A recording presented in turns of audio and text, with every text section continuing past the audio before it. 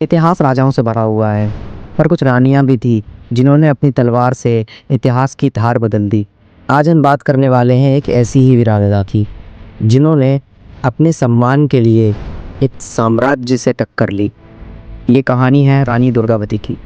रानी दुर्गावती का जन्म 1524 में कालिंजर राजघराने के चंदेल वंश में हुआ।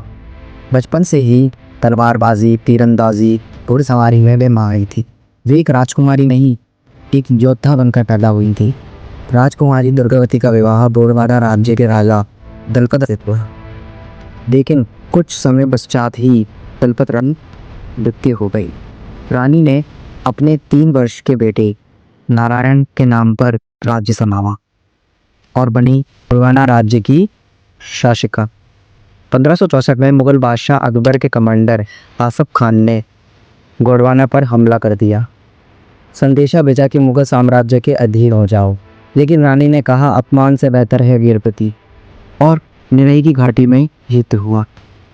रानी के पास 10,000 की सेना थी, जबकि मुगल बादशाह अकबर के पास 40,000 की।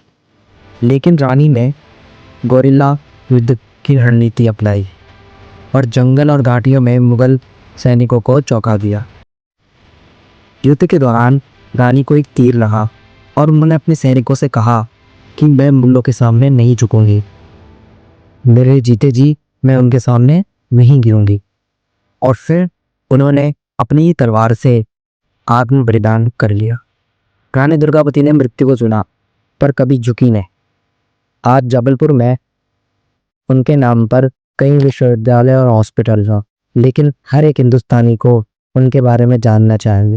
रानी दुर्गावती एक माँ, एक रानी और सबसे बढ़कर एक अमर वीरांगना, जिसने मरना स्वीकार करा पर मुगलों के सामने घुटने टेकने नहीं।